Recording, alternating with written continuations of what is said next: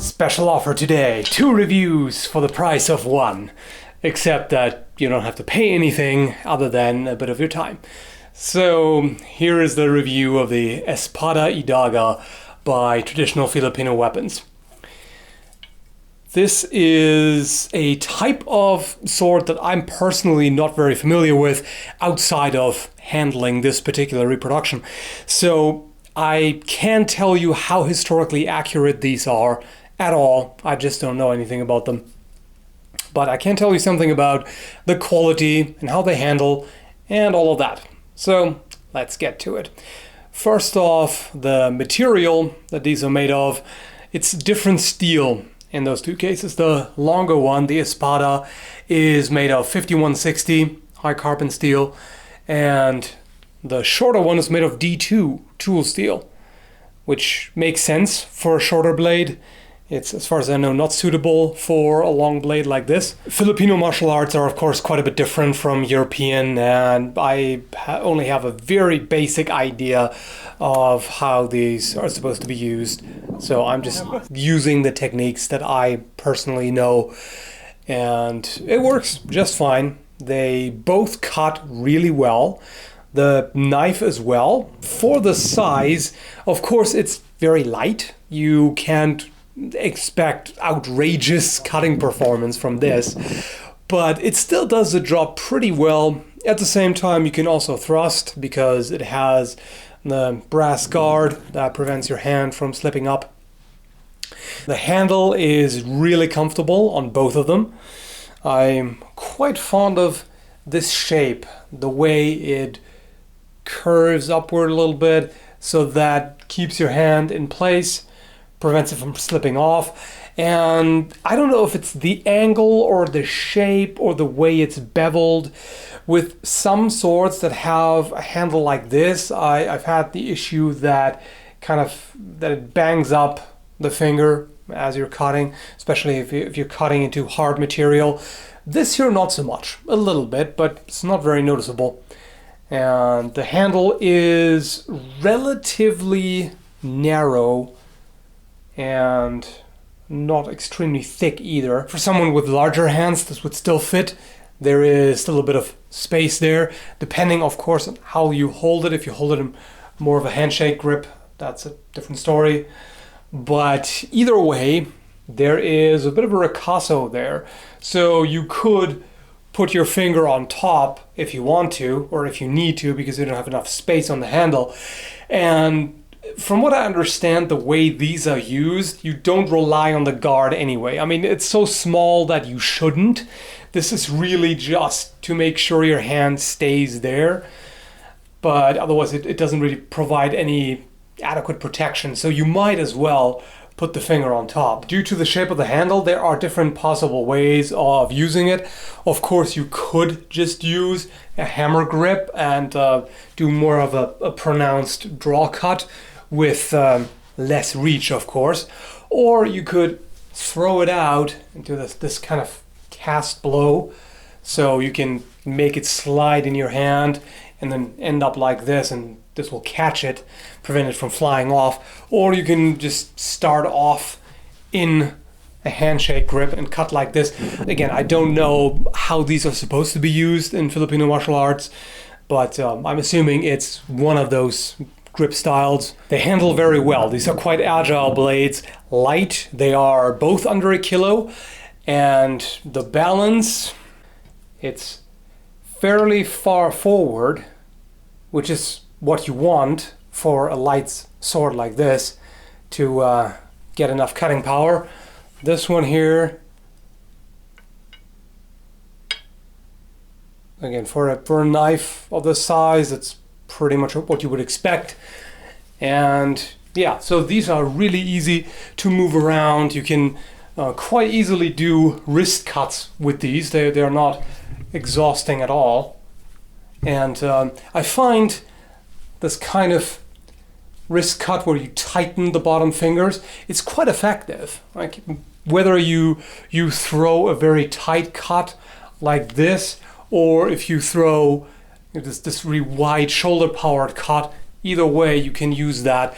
And especially with the small knife, you can get a little bit of extra cutting power out of this by doing that. The sword is light and agile enough that you can easily handle it with just 2 fingers like this, and if it slips down, no problem, there's still plenty to hold on to. And in fact, you could even deliberately choke down to get just a little bit of additional leverage like that, and you still have a pretty decent grip on it. You can hopefully see how easily it flows. It's always a little difficult to show to somebody who is not actually handling it, but really I can very, very easily move it around without fatigue. Of course, I also did hard testing with these, especially with the Espada, since it's more suitable for that.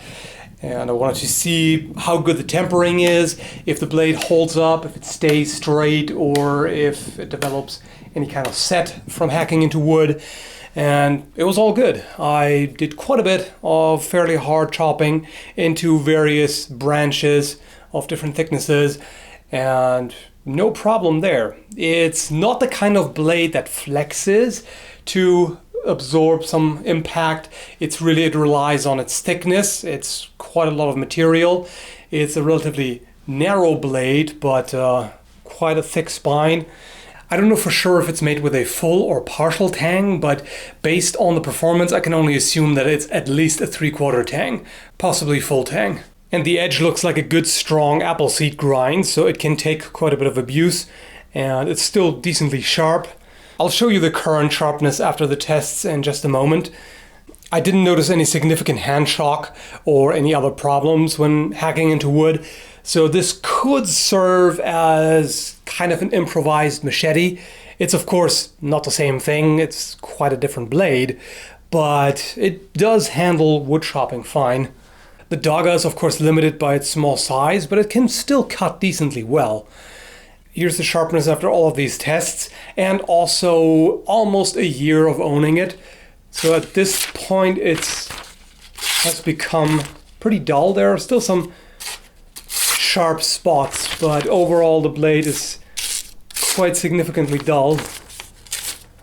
The other one should also be like this, I would think. Yeah, this is very dull. This doesn't even cut the paper at all anymore. When we got it, it did. So there's one sharp spot left. So I definitely have to resharpen it at this point, but it shouldn't be difficult. There is no damage to the edge, so that's all good. It's just regular maintenance, basically. Time for the close-ups. I very much like how tight the fit is. There is really no gap at all between the guard and the blade, or anywhere else really. The wooden handle, absolutely no problem. It's perfectly tight. There is no movement anywhere. The blades are properly shaped. I personally wish that they had a sharpened false edge on the back. They do have the grind, but it's not an actual edge. But otherwise, in terms of design, again, I don't know if they are true to the originals, but they are well designed, they are well put together.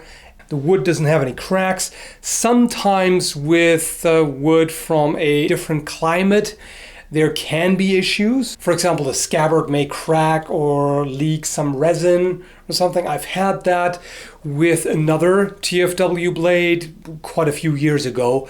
With this one, nothing. I don't see any cracks or warping or anything, so this seems to have survived the transfer pretty well. I guess it also depends on the weather at the time.